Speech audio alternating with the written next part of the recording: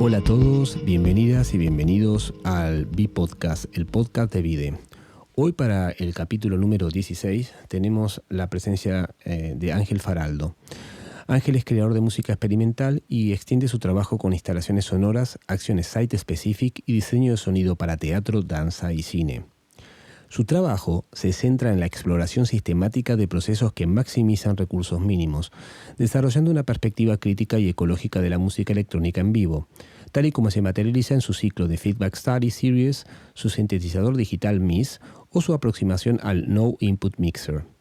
Además, desarrolla una intensa labor como intérprete realizador de música electrónica en vivo, especialmente como director artístico de la Fundación Fonos en Barcelona. Se ha formado en el Conservatorio Superior de Música de Madrid y en el Instituto de Sonología de La Haya, obteniendo su doctorado en el Music Technology Group de la Universidad Pompeu Fabra de Barcelona, donde ejerce de profesor asociado. Buenas tardes, Ángel, un gusto tenerte con nosotros. Hola, muy buenas tardes.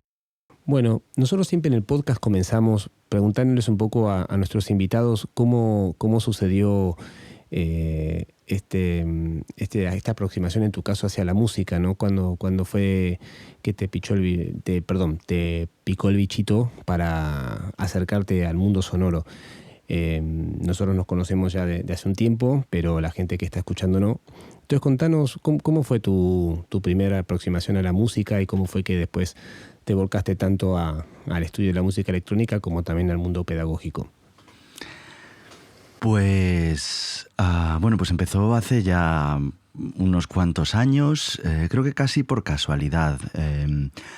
La verdad es que mi familia no es especialmente musical, más allá de pues mi madre cantando canciones esporádicamente y bueno, por otra parte mi padre es particularmente amuso, podríamos decir casi. Y bueno, pero sin embargo, pese a eso, pues fue él que pues creo que tenía 10 años, pues un verano a mí y a mi hermano nos regaló unas guitarras, ¿no? Y dijo, pues ¿os apetece aprender a tocar la guitarra? Y así empezamos, ¿no? Y bueno, pues fue como una especie de crush, de amor a primera vista, no sé, de sensación o de inundación total, ¿no? Empezamos ese verano pues que tuvimos con una chica pues unas clases particulares para tocar, pues eso, acompañar canciones de música popular y duró apenas 3 meses, después de los cuales pues yo continué de manera completamente autodidacta, comprándome pues mis libritos para aprender a tocar y bueno, pues me grababa, componía canciones un poco a la cantautor, ¿no? Pues letra y música y bueno, pues así comencé. A raíz de ahí entré en el conservatorio, la música clásica, el rock and roll, el metal, incluso blues, el jazz, y de ahí pues bueno, me interesó la música contemporánea, la música experimental, cosa que a lo largo de los años pues bueno, pues fui dejando la guitarra para trabajar con instrumentos digitales, sobre todo diseñar instrumentos digitales y hacer música improvisada en muchos casos con ellos. ¿Y cómo fue este paso, digamos, perdóname el término, pero si no me lo corregís, llamémosla de la música orgánica, ¿no? Tocada con instrumentos hechos, a trabajar con instrumentos digitales? ¿Cómo fue esa transición? ¿De dónde salió ese interés, esa curiosidad? Y que de alguna forma después, más adelante, también te llevó a estudiar en otro país, ¿no? Uh-huh. Pues yo creo que empecé a trabajar con electrónica como hacia el año 2001, una cosa así.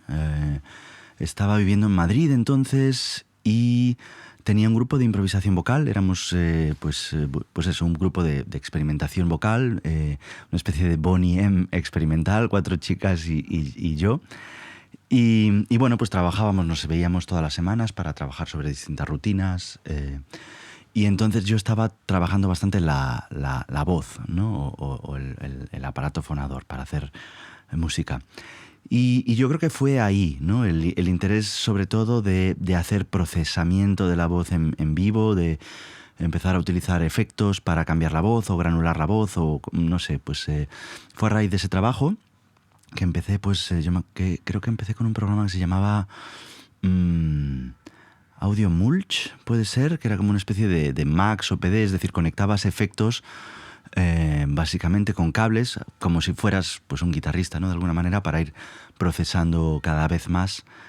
Y bueno, pues procesaba el grupo, ¿no? Éramos 5 personas, nos microfonaba y a partir de ahí empecé a trabajar con la electrónica a partir de sonidos acústicos, ¿no? O sea, como que mis primeros trabajos siempre eran bien con la guitarra, bien con la voz, pero era como la electrónica era una manera de transformar, me creía yo entonces como de llevar a un lugar nuevo y desconocido para mí sonidos que ya existían, ¿no? Producidos por voces o por voces mayormente.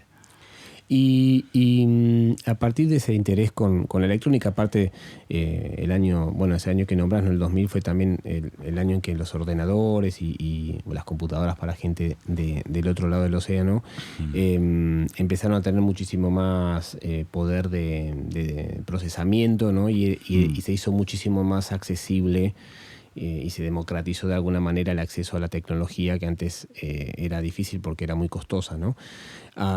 ¿Cómo fue también este giro hacia ponerte a estudiar estas técnicas digitales, estos instrumentos y luego posteriormente empezar a diseñar los tuyos propios?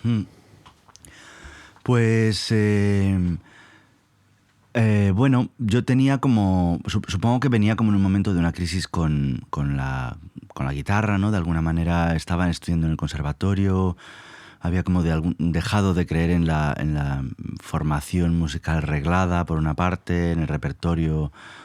La música clásica para guitarra al final es música de serie B, ¿no? Comparado pues con el repertorio para piano o cuerdas o orquesta, ¿no? Entonces pues siempre es como música que es, bueno, pues está bien, pero es medio mala a veces, ¿no? Entonces como, pues no sé, estaba buscando otras maneras de expresarme, sobre todo a partir desde la improvisación libre, ¿no? Y ahí pues la electrónica, sí que es verdad que empecé utilizando ordenadores como usuario, ¿no? Un poco primero el editor de textos musicales, es decir, pues editando partituras en Finale o como usando secuenciadores, pues para, pues eso, en principio para secuenciar cosas que yo imaginaba como desde una óptica notacional.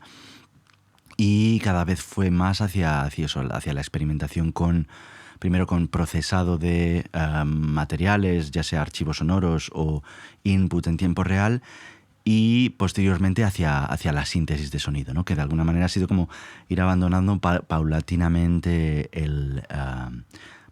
ir llegando cada vez a un lugar más abstracto, ¿no? O más apartado del instrumento acústico, de la emisión acústica y todo eso. Sí que es verdad que hasta que llegué a Holanda en el año 2006 a hacer un máster en sonología, justamente, bueno, pues dejé el conservatorio porque la guitarra no me interesaba, era como, pues quiero estudiar composición, quiero trabajar con medios. Entonces, pues bueno, me busqué un poco la vida en Madrid. Toda la gente me dijo, mira, niño, vuelve a conservatorio, termina guitarra y luego haz lo que puedas, ¿no? Y entonces pues volví, terminé. Y en 2006 me fui a Holanda, en principio por un año, a rellenar vacíos, ¿no? Como que había sido completamente autodidacta, tenía mi PC con Windows y con Pure Data, estaba trabajando y creo que entonces usaba pues, Cubase e instrumentos pues, que iba consiguiendo por ahí para hacer cosas. Y bueno, pues llegué hablando un poco para cubrir huecos, me decía a mí mismo, y realmente más que cubrir huecos, realmente explotó un mundo de cosas nuevas, ¿no? Como seguí utilizando Pure Data para programar cosas, primero con MIDI, luego con audio, pero conocí también pues, otros lenguajes de programación. Tenían un súper estudio analógico con cantidad de eso, ¿no? de sistemas de control y generación analógicos, que era una maravilla. Empecé a trabajar también con la escena de eso, con músicos de la escena de la improvisación libre de Ámsterdam y La Haya, con Joel Ryan, que era mi mentor y que, bueno, pues que es una persona que ha trabajado con Evan Parker mucho, por ejemplo, Peter Evans, justamente en esa cosa, ¿no? De procesar, de transformar los sonidos. Y bueno, pues ahí eso, empecé a descubrir cosas. Ahí me dijeron, hombre, pues no sé, el Windows a lo mejor se quedó un poco corto. Me compré mi primer Mac, en plan, mis padres dijeron, pero tú, ¿de qué vas? ¿No? Y bueno, pues me fui metiendo, supongo que cada vez más en eso, hasta considerarlo hoy por hoy mi instrumento y mi medio más natural de expresión musical o expresión artística. ¿Y cómo fue Ángel, digamos, este encuentro con tantos artistas, mentores, ¿no? Porque siempre en nuestros podcasts sucede mucho esto, ¿no? De que solemos, en mi caso también, ¿no? Salir de nuestro lugar de origen en busca de preguntas, de curiosidades, de respuestas, de llenar vacíos o de vaciar lugares llenos también a veces. Sí. ¿Cómo fue para vos este momento en el cual, en esta experiencia en La Haya, te encontraste con tanta gente, tantas miradas? ¿Cómo impactó esto también en tu trabajo como artista, no solamente como investigador de sonido? Bueno, me llevó tiempo, ¿no? De alguna manera soy una persona que para algunas cosas soy lento o me amedrento, ¿no? Y de alguna manera cuando llegué a Holanda estaba viviendo un sueño muy bonito en Madrid, había como creado un proyecto de música electrónica en una pequeña escuela, en un pueblo a las afueras de Madrid, y tenía como pues gente joven y gente no tan joven experimentando y haciendo como cacharros y bueno, pues cuando me fui a Holanda, de alguna manera, de repente, empecé a echar de menos eso y me costó un poco llegar, ¿no? O sea, me iba por un año y en ese primer año, los primeros 6 meses, era como un poco ese tanteo. Sí, pero no me dejo permear, ¿no? Es un poco ese recelo también. No es que sea una persona especialmente recelosa, pero bueno, como que de alguna manera el cambio de clima, de no tener amigos, no sé, me costó ese principio. Y sí que es verdad que hacia finales de ese año pues empecé a tocar algo de música con gente de allí, empecé como a hacer algo más de, bueno, a generar relaciones íntimas, ¿no? Con personas músicas y no músicas, pero bueno, a interactuar mejor.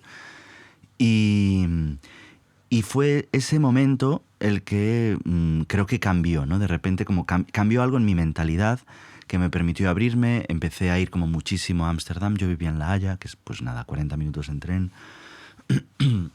A ver muchos conciertos, a ir mucho al Stime, que era como un centro de música electrónica instrumental o algo así, ¿no? O sea, como que allí se inventaron pues interfaces, instrumentos así como muy electrónicos, pero muy desde la performance, ¿no? Muy desde tocar la música electrónica. Y hay pues gente como Michael Weiswitz, por ejemplo, o Joel Ryan, que fue como mi mentor. Y bueno, pues siempre, no sé, ya ahí vi claramente que me estaba aproximando a la electrónica desde ese lugar de la performance, ¿no? Y por eso pues digo que hago instrumentos digitales o electrónicos, ahora ya no tan digitales tampoco, porque nunca...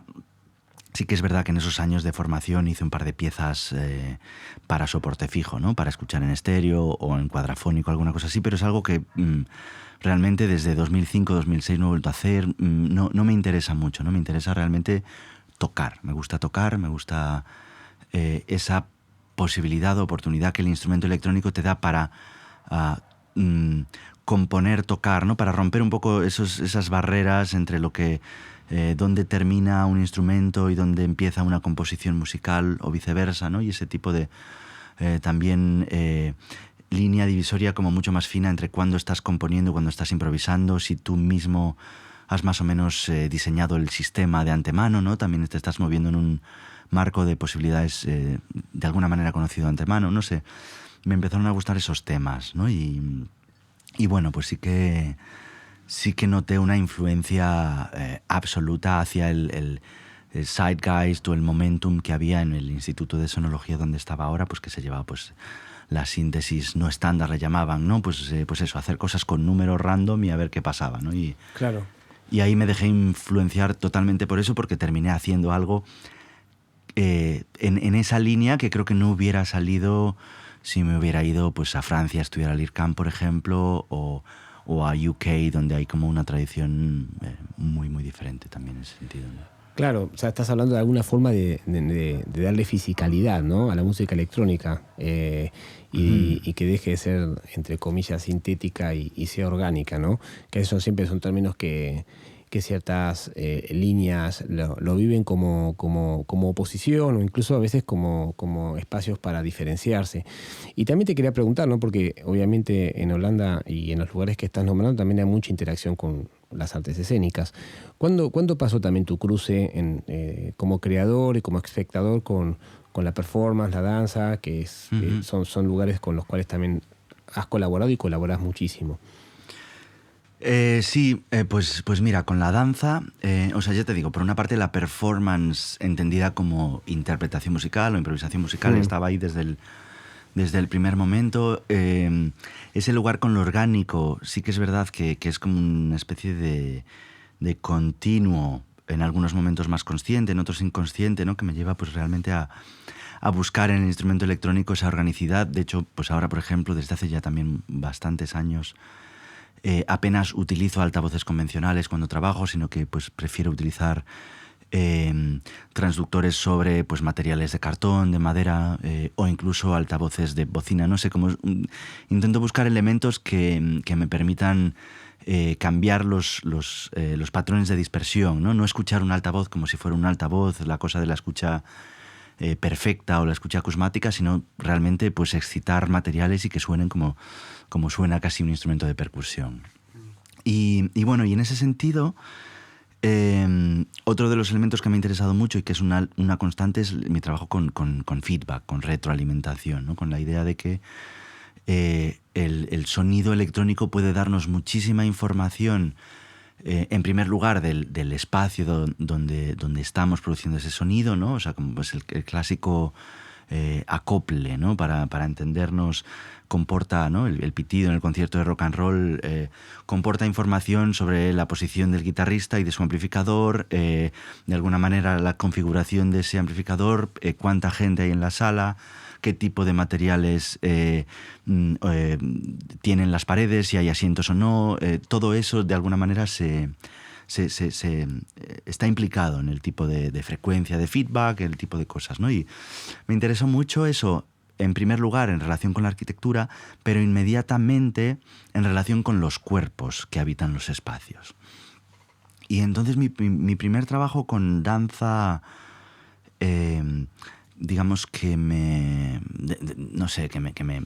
puso mucho, ¿no? Y del que me siento como todavía como muy, muy afín, fue yo creo que 2010, 2011, no recuerdo ahora. Fue una colaboración con una coreógrafa portuguesa, Ana Ladas, que bueno, ¿no? También una persona con un recorrido muy particular, pues venía de la danza contemporánea, pero había vivido una serie de años en Japón, y estaba muy en contacto con la danza Buto, ¿no? En técnica y también en espíritu, ¿no? Que, sobre todo ese espíritu de la escucha que a mí me interesaba mucho para trabajar el feedback como esa exploración de un espacio con cuerpos, ¿no? Y esas interrelaciones entre el espacio y los cuerpos entre sí. Y bueno, empezamos a trabajar, estuvimos como un par de años con varias residencias. Hicimos algún trabajo más grande, con 2 personas bailando y yo haciendo el sonido con feedback. Luego esa obra derivó hacia pues, instalaciones donde el público podía moverse, pero en general el trabajo que más me interesó fue las 2 solas, ¿no? Ella haciendo cuerpo, yo haciendo feedback, y realmente pues era un trabajo de escucha fascinante. Normalmente pues empezamos, ella llevaba como varios micrófonos en las ropas que llevaba, y a la vez interrumpía de alguna manera pues eso, como círculos entre micrófonos y altavoces, ¿no? Y hay secuencias que son súper hermosas, y ella simplemente pues avanzando una línea recta por un espacio, igual tardando 10 minutos en avanzar esa línea recta de 6 metros, y realmente la música que suena es como una melodía que es, no sé, que se me ponen los pelos de punta al recordarlo, ¿no? Y ese fue como realmente un trabajo muy, muy íntimo, y bueno, que también abrió como una imaginación hacia el trabajo en colaboración, ¿no? Hacia el trabajo en sonido con gente de otras disciplinas, ¿no? Que es algo que, no sé, que siento que me alimenta mucho, y que me alimenta de una manera que me sabe más rica este tipo de colaboración que colaboraciones con músicos, ¿no? En muchos casos. Me resulta más fácil conectar con personas que trabajan, que vienen desde otra disciplina, el cine, el teatro, la danza, muchas veces que con otra persona compositora, por ejemplo, para trabajar en un mismo proyecto. Y me parece genial. ¿Y cómo sentís o qué sentís que te devuelve en la interacción con este tipo de formato escénico, ¿no? Porque como vos hablabas antes, finalmente es un diálogo, ¿no? Es un diálogo entre lo que vos proponés desde tu universo sonoro y lo que los artistas que están, ya sea en movimiento, actuando o mostrando una imagen proyectada, cuentan, ¿no? Entonces, ¿cómo son estas narrativas, estos diálogos y qué sentís que es lo que te devuelve en tu trabajo como creador también sonoro la interacción con este tipo de disciplinas? Yo creo que son varias cosas, ¿no? Opera a varios niveles. La primera de ellas creo que tiene que ver justamente con el lenguaje, ¿no? Y aunque parezca un poco contradictorio, la utilización de un lenguaje necesariamente menos preciso que si estuviera hablando con otro músico abre un campo, ¿no? de lo posible o de lo imaginable que me parece como muy, muy interesante. Por otra parte, está el lugar también del crossover, ¿no? O sea, como al final, no sé, creo que una de las razones por las cuales me siento cómodo trabajando con personas donde las disciplinas de alguna manera están como diferenciadas, ¿no? Es que al final yo contribuyo desde mi saber hacer en lo sonoro y tengo como mucho input que me cuestiona constantemente esa parte sonora, pero de una manera... me perdí. O sea, es como me permite reflexionar sobre el sonido, pero de un modo no invasivo, de alguna manera, claro, ¿no? Claro. No es una cuestión de, sí, vamos a cambiar este acorde por este otro acorde, vamos a hacer esto, sino que es como, es otro tipo de comunicación, ¿no?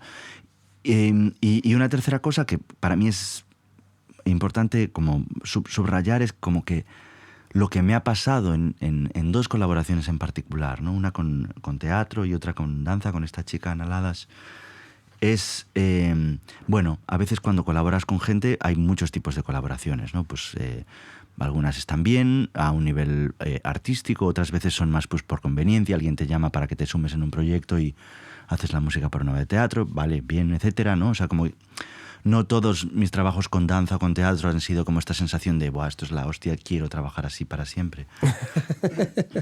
A veces pueden dejarte dar ganas de trabajar. Exactamente, ¿no? Pero, también.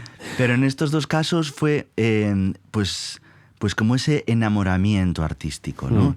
Y el enamoramiento creo que tiene mucho que ver con el hecho de poder como, bueno, ¿no? Como ves reflejadas cosas, pero ese espejo que te devuelve no eres tú mismo, ¿no? Es como, y es como muy ilusionante descubrir o imaginar que otra persona tiene un pensamiento artístico muy afín, muy similar desde otro lugar, desde otra disciplina, ¿no? Y eso es como algo que me hace como mucho tintineo, ¿no? Entender como que hay preocupaciones muy, muy parecidas en el mundo de la danza a las que yo puedo tener en lo sonoro, ¿no? Como casi obsesiones hacia, pues, la velocidad, por ejemplo, ¿no? O la escucha, ¿no? Que es como la escucha entendida en un sentido no exclusivamente auditivo, ¿no? O sea, la escucha de los cuerpos, la escucha de los tiempos, que es algo que opera en todas las disciplinas artísticas, ¿no? Pero sobre todo todas las disciplinas del tiempo, ¿no? Y no sé, me resulta, como digo, más fácil trabajar con personas de otros lugares porque me resulta más fácil esta identificación sin perder la identidad. No lo sé. No, está clarísimo. Y nombrabas el tiempo, ¿no? ¿Cuándo sentiste, estando en La Haya, que era tiempo de volver para España y en este caso para Barcelona? Pues no lo sentí muy claramente. De hecho es curioso porque yo estaba... o sea, vine a Barcelona por una oferta ¿no? De alguna manera yo estuve en La Haya del 2006 al 2014.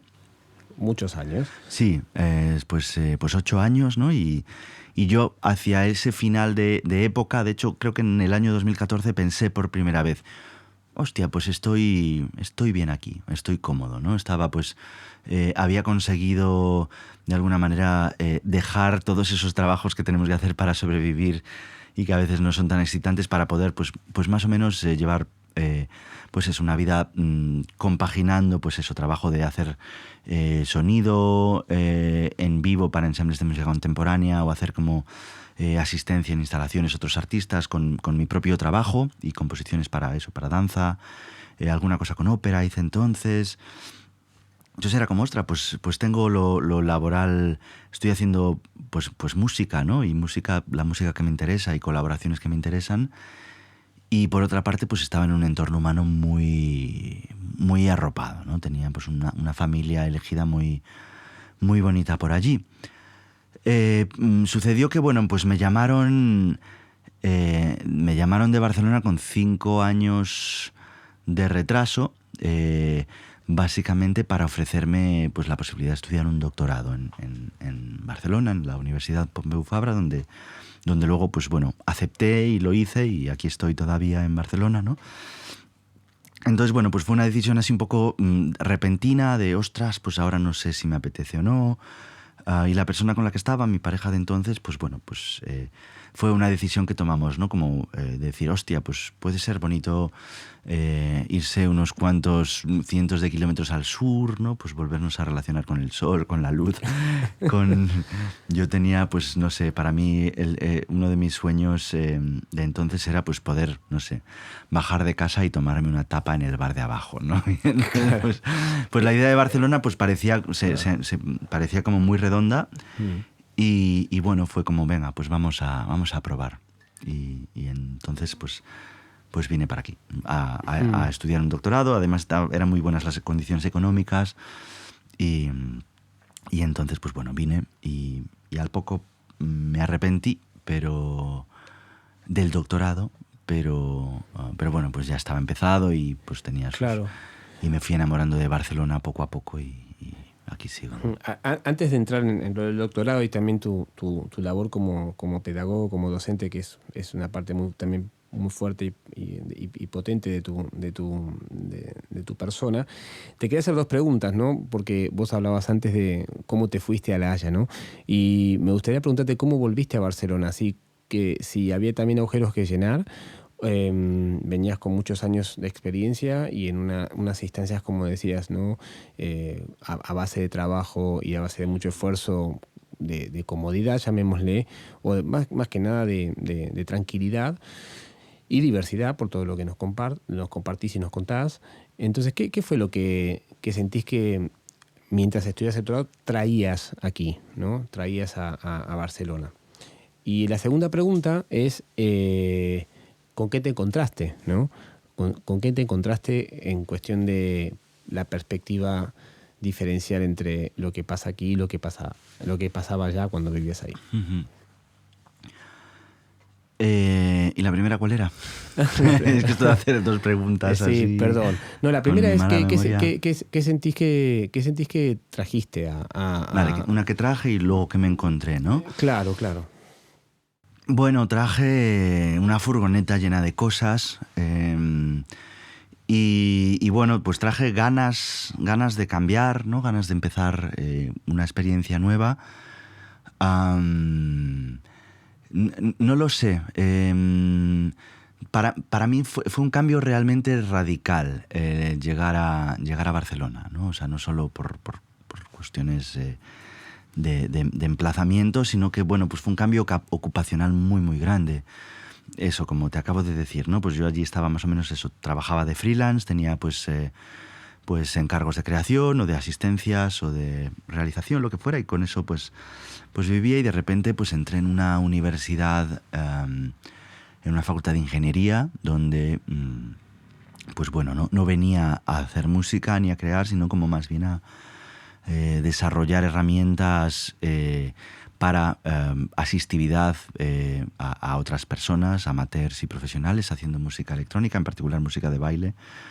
Y bueno, ¿no? Pues de repente, no sé, la verdad es que la primera sensación, la memoria que tengo de aquel entonces es como, hostia, todo lo que tengo no me vale de nada y tengo que aprender otra vez ahora que ese síndrome del impostor. No estoy en una facultad de ingeniería, programo, pero bueno, no soy ingeniero, ¿no? Al final, como que no sé, no tengo formación en estadística para hacer experimentos, no sé, ¿no? Y fue un año duro, ¿no? De deciros, o sea, ese intento además...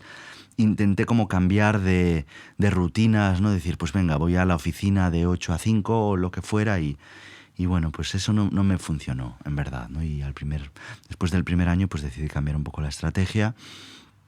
Pero bueno, como decía, a lo mejor es comparable con lo que te contaba antes, ¿no? El primer año de Holanda me costó, el primer año de Barcelona también igual. Pues bueno, soy de principios lentos, ¿no? En esos cambios. Y bueno, pues me costó adaptarme al doctorado, pensé en dejarlo en numerosas ocasiones. Al principio intenté no cortar del todo con Holanda, ¿no? Y mantener pues cierto trabajo de creación allí. Pero bueno, pues también por el medio, o en ese mismo momento también se junta con una ruptura personal. Entonces pues también el proyecto de estar en Barcelona cambió por completo. Y decidí, pues en ese momento, por una cuestión de salud mental, cortar de una manera bastante tajante con Holanda, ¿no? Es decir, los vínculos de creación, etcétera, etcétera, para intentar sacar el doctorado adelante y centrarme en eso. Entonces, pues fueron 4 años de otro Ángel, de un Ángel pues más dedicado a hacer musicología por ordenador, a programar. Aprendí... O sea, llegó un momento que dije, a ver, vamos a sacar algo de provecho aquí, vamos a aprender, pues por lo menos herramientas que en un momento posterior me puedan servir para hacer música o para, no sé, ¿no? Vamos a sacar algo para mí de todo esto. Entonces, pues aprendí pues muchas técnicas de análisis por ordenador, de sonido, de generación, y bueno, pues supongo que eso de alguna manera lo utilizo ahora y me sirve mucho pues para dar clases. Creo que lo que adquirí fue un lenguaje que me permite hablar de cosas muy técnicas a personas no técnicas y me permite hablar de cosas artísticas a personas muy técnicas, ¿no? Entonces como que de alguna manera creo que es, bueno, me di cuenta de ese lugar intermedio, ¿no? Como que pasé a ocupar. O sea, yo mis formaciones en música y todo mi bagaje es en ese sentido, ¿no? Pero bueno, como que creo que tengo la capacidad de explicar o de expresar, pues eso, conocimientos técnicos a músicos o personas que no tienen como formación técnica de una manera entendible, y también de lo contrario, ¿no? De enfocarte más, pues, de música, a nivel histórico, pero a nivel técnico también, compositivo, conceptual, a personas que tienen, pues, no sé, como backgrounds o orientaciones más técnicas, ¿no? Perfecto, o sea, finalmente quizá te convertiste en una interfase, ¿no? Con forma humana. Sí, de alguna manera, ¿no? Eso es un poco lo que en las clases, lo que está derivando, ¿no? Al final he estado estos años dando clases en una facultad de ingeniería, al final, ¿no? Y mis asignaturas yo creo que son las más humanísticas, seguramente, de todas las que se imparten, ¿no? Intento como abrir esa ventana. O sea, enseño, o sea, es digamos, todo tiene que ver con la tecnología de la música. Entonces, poner la palabra música en negrita y no la palabra tecnología en negrita, ¿no? Es un poco esa... Fantástico, sí, más claro no puede ser. Y eso es lo que te quería preguntar, ¿cómo surge o cómo te encontrás también en este lugar pedagógico, ¿no? Porque justamente, volviendo a la pregunta que te hice antes, ¿no? Trajiste, por lo que comentás, por lo que por lo que nos compartís y sobre todo por lo que te conozco, mucho para enseñar, ¿no? Mucho knowledge, ¿no? Mucha práctica Ujú. y mucha cuestión técnica llevado a un lugar práctico, ¿no? Quizá por eso que decías al principio de nuestra charla, ¿no? De tu pasión por darle fisicalidad a todo esto. Ujú. Entonces, ¿cómo llevas, cómo llevas todo este saber al mundo pedagógico? Bueno, no lo pienso mucho. Supongo que está ahí y al final nos vamos haciendo pues mes a mes y año a año, desde luego, ¿no? Uh-huh. Y está ahí. Sí que es verdad, para mí acabar el doctorado en 2017-2018 fue una liberación y siento que volví a ser yo, ¿no? O sea, volví a ser yo en el sentido de que de repente como que mis intereses primarios, o sea, volvieron sin necesidad de forzar una decisión, o sea, es como, ostras, no, soy músico, ¿no? Y volví a sentirlo como en un lugar muy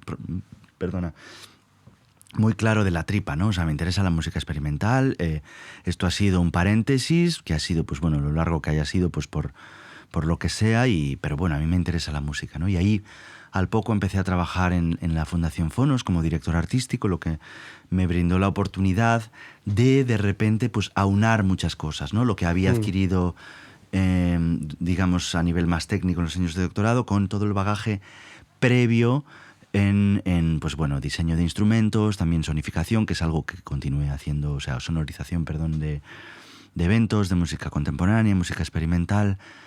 Y bueno, fue como un lugar de decir, pues aquí lo puedo poner todo en común, ¿no? Y también al desvincularme del doctorado, pues bueno, en mis clases sí que intento, pese a que sean para ingenieros, pues bueno, equilibrar esa parte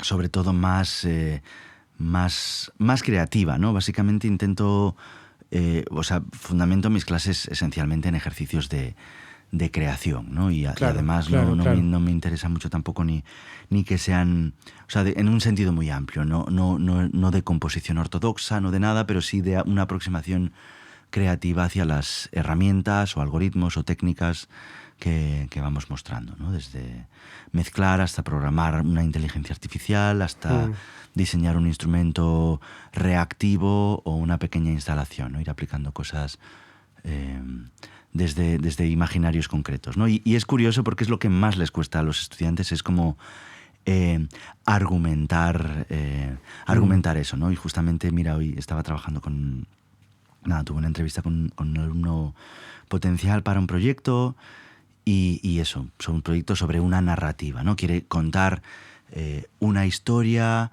en un espacio, con audio binaural, con no sé cuánto, ¿no? Entonces como que me dio como 7 claves de lo que quiere hacer a nivel técnico, ¿no? Uh-huh. Y bueno, pues yo le pregunté, ¿y qué es lo que quieres narrar? ¿No? Y no estaba tan claro, ¿no? Y es como muy curioso cuando hay un proyecto sobre quiero contar algo.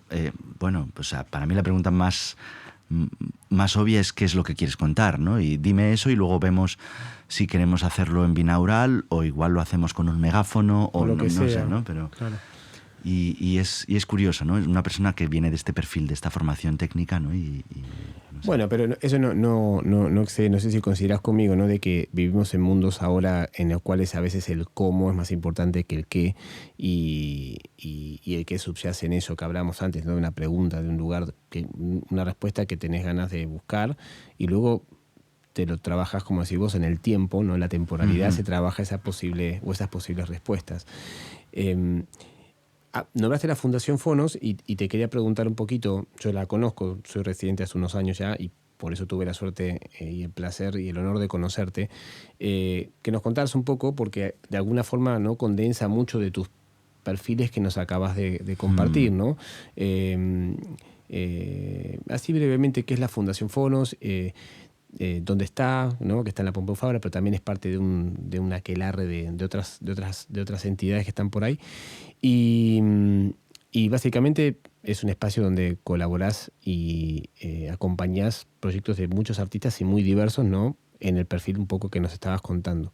Entonces, si nos podrías contar un poquito a la gente que no conoce de qué va la Fundación Fonos. Sí, claro.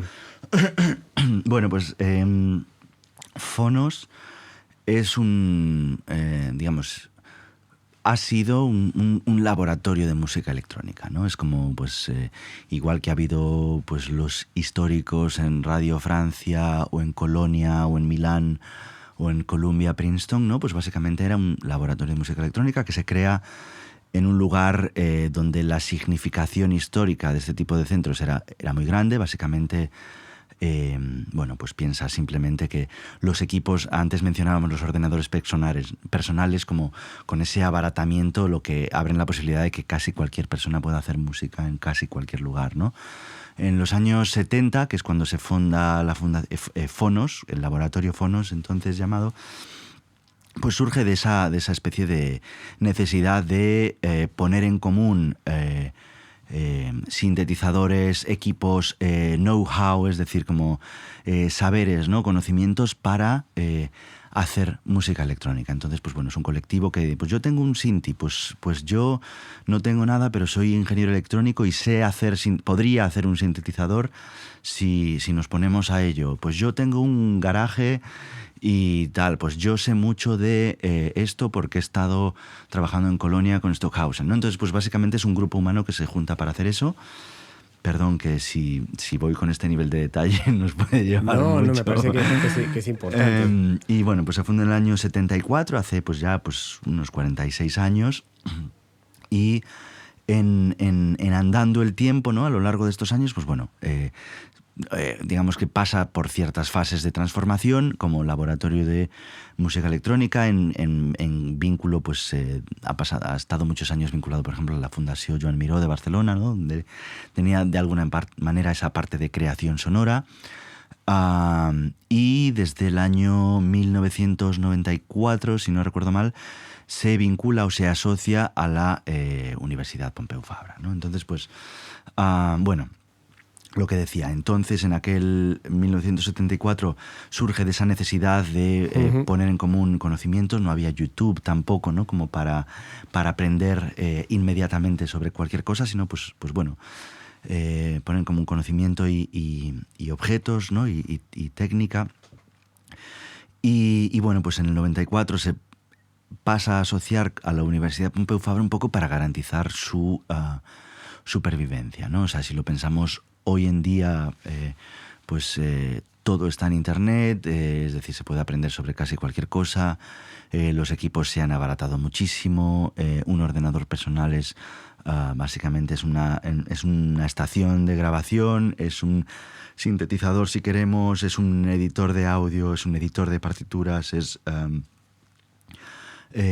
un libro, ¿no? Es todo eso casi al mismo tiempo, y no hace falta tanto ese espacio físico, ¿no? Entonces, bueno, pues lo que hacemos sobre todo es intentar funcionar como puente o como aglutinante de energías humanas en torno a la creación con tecnología. Es una palabra muy amplia, con tecnologías de la música, vamos a decir, analógicas y digitales, y de alguna manera a mí sí que me gusta poner el acento sobre la parte experimental, ¿no? Me interesa un poco pues la experimentación. De alguna manera estamos vinculados a un lugar donde se investiga sobre tecnología, y a mí me parece que la investigación, que la experimentación es un lugar muy natural para investigar sobre música sin necesidad de tener que llegar a un objetivo concreto, a un contrato discográfico, a un tipo de música predeterminada, ¿no? Entonces, pues bueno, cada vez más, yo llevo como unos 3 años en la dirección artística de Fonos. Organizamos conciertos, eventos, conferencias sobre temas de música y tecnología. Me interesan las perspectivas críticas, sobre todo, puesto que estamos en una facultad de ingeniería. Me interesan, pues bueno, esas perspectivas que son un poco menos positivistas u optimistas hacia la tecnología nos va a salvar, ¿no? Y la inteligencia artificial nos va a permitir componer a todas canciones buenísimas y bueno, pues no sé, desde luego la tecnología la usamos constantemente, pero bueno, me interesan las perspectivas que no son tan optimistas, tal vez, ¿no? Por cambiar un poco el tono, sobre todo, ¿no? Y ver otras facciones también, los peligros también, ¿no? de las tecnologías, sobre todo ahora con la inteligencia artificial para ello. Y bueno, pues desde este año en particular, que comenzamos ahora la temporada en 2021-22, me interesa poner el acento en residencias artísticas, ¿no? O sea, como realmente lo que comentabas antes, ¿no? Que mi labor pedagógica sea menos dar clases, como estar mano a mano y codo a codo con las personas que están en fonos, pues escuchando trabajo, sugiriendo cosas, haciendo como reuniones entre distintos artistas para ver cómo se puede hacer, invitar a gente a una presentación de Work in Progress, ¿no? Como, y eso es como de alguna manera lo que más ilusión me hace este año, ¿no? Como poder trabajar mano a mano con artistas sonoros más experimentados, pero sobre todo como con un acento en gente que está empezando y que necesita ese apoyo técnico o ese asesoramiento artístico también, ¿no? Pues bueno, abrir esa parte pedagógica.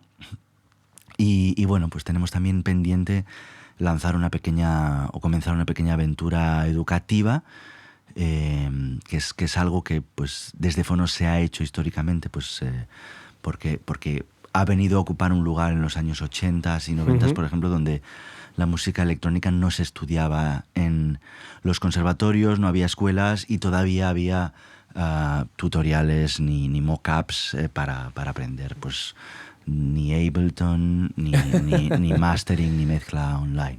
Totalmente.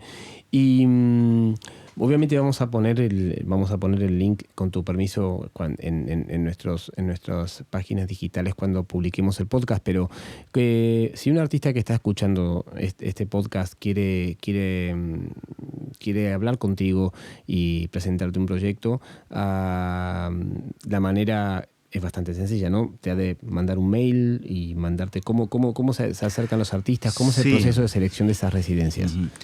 Vale, nosotras tenemos abierta una convocatoria permanente, así le hemos llamado, porque es como, bueno, pues en cualquier momento recibimos propuestas, está la información en la página web, hay un subapartado que son residencias y lo primero que aparece son la convocatoria permanente de residencias artísticas.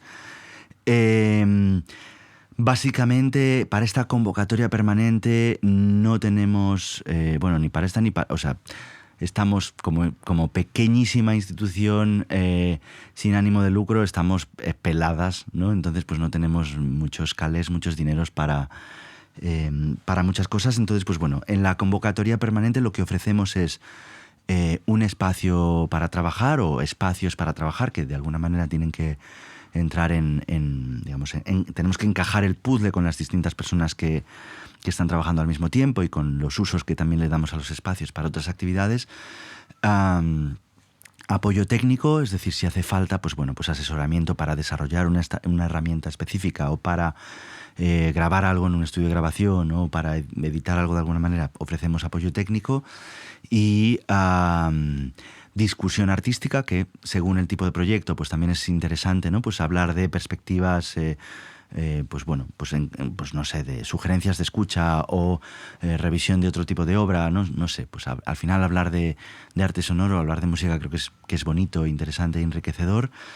Y ofrecemos también la posibilidad, que es un poco lo que estamos haciendo hincapié ahora este año, de abrir la residencia, ¿no? De presentar el trabajo pues al público que tenemos, que después de algunos años de sequía, antes de que yo entrara, pues ahora volvemos a recuperar un poco, ¿no? Como una posición en la ciudad donde pues ayer inauguramos, por ejemplo, estuvo muy bien de gente y luego la gente se quedó también preguntando y hablando y charlando y es como bonito, ¿no?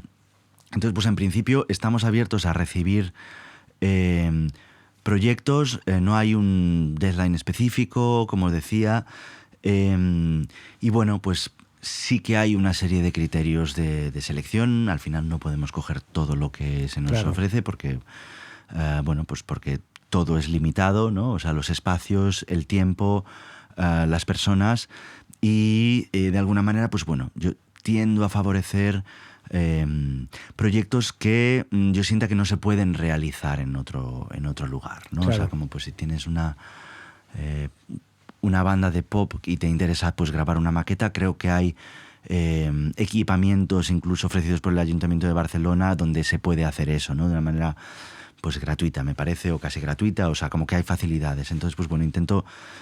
nuestro lugar diferencial es la música experimental hecha con medios. Entonces, pues bueno, tiene que tener parte de esos ingredientes, ¿no? Pues, Claro. pues que haya un componente tecnológico o de crítica tecnológica en algún momento, que haya pues un compromiso ideológico con la experimentación de alguna manera, ¿no? Y bueno, ¿no? Como que no haya un canal muy claro tampoco de definición de ese proyecto en otras vías. Uh-huh. Aparte, sí que es verdad que bueno, yo constantemente estoy intentando pues bueno, buscar ayudas, colaboraciones, proyectos con otras entidades para, aparte de esta convocatoria permanente, pues lanzar convocatorias específicas para las cuales intentamos sí que tener una pequeña dotación para producción o para manutención, para poder traer a alguien de Barcelona, fuera de Barcelona y etcétera. Y normalmente pues estas las anunciamos y pues abrimos un open call y esas sí que las bombardeamos un poco más para... Claro. Cuando tenemos algo más que ofrecer, pues lo solemos anunciar también, ¿no? Buenísimo. Y para ir cerrando, contanos un poco, bueno, Fonos es parte, ¿no?, de tu presente y de tu futuro cercano. ¿Qué le depara el futuro a Ángel, el futuro cercano, también como artista sonoro? Bueno, pues yo estoy muy ilusionado de este año, de este curso que está comenzando, porque al menos a fecha de hoy en Barcelona parece que la cosa empieza a relajarse un poco en términos de posibilidad de organizar eventos por una parte, de asistir a eventos por otra parte y de tocar en eventos, ¿no?, en conciertos por otra, y eso me pone muy contento. Entonces, pues bueno, es un año que después de 2 años de clases online, me estoy tomando un año sabático en lo que tiene que ver con docencia y no voy digamos que he dejado mis clases por un año para justamente centrarme al 50%, es mi intención, entre la dirección artística de Fonos, donde tenemos pues proyectos que sucederán a lo largo del año, uno bastante grande es Cambio de Imagen, lanzamos una discográfica a finales de este año, donde que también vamos a no sé, y cambio de también organización interno, que estamos haciendo crecer la familia, tenemos pues a personas en comunicación, colaboradores en producción también, entonces pues bueno, es un poco, me apetece poner ese esfuerzo en que la familia Fonos crezca un poquito en esta temporada. Y a nivel personal, pues bueno, ese otro 50% de mi tiempo laboral quiero dedicarlo a la creación, que es algo que, pues bueno, pues por compatibilidad con la docencia, la dirección artística de Fonos y muchas otras cosas, pues no he podido como centrarlo todo lo que hubiera querido, y sí que me apetece, pues bueno, por una parte sacar o relanzar mi proyecto de performance a solo. Por otra parte tengo 2 largometrajes, la música para 2 largometrajes documentales, así muy en línea con mi trabajo sonoro, con los que tengo muchas ganas de empezar prontito. Y bueno, pues varias cosas, así colaboraciones con una fotógrafa, con una artista sonora japonesa también, o sea, como que tengo como proyectos de creación, que es lo que me apetecía y sentía que necesitaba, así que, no sé, veo como los próximos meses con mucha ilusión. Bueno, qué bueno. Y yo que tuve la suerte de presenciar algunos de los trabajos de Ángel, la verdad que cuando publique para mostrarlos, se los recomiendo profundamente, porque es de un detalle y de una delicadeza muy, muy, muy bonita, y que tiene una narrativa muy potente, ¿sí? Yo ya te lo dije muchas veces a ti, ¿no? Pero que realmente contás cosas sin palabras a través de sonidos, y eso no es tan fácil de conseguir. Te queremos agradecer muchísimo todo lo que nos compartiste. Espero que haya sido, como siempre decimos, ¿no?, para los que nos escuchan, ilusionante e inspirador. Ángel es una persona muy inspiradora, muy, muy, muy generosa y como bien decías, ¿no?, con muchísima escucha, tanto para lo que se te propone como para lo que ves. Así que muchísimas gracias por haber participado de este podcast, Ángel. Muchas gracias a vosotros. Bueno, este fue el podcast de Vide número 16 y nos vemos en el próximo. Muchas gracias.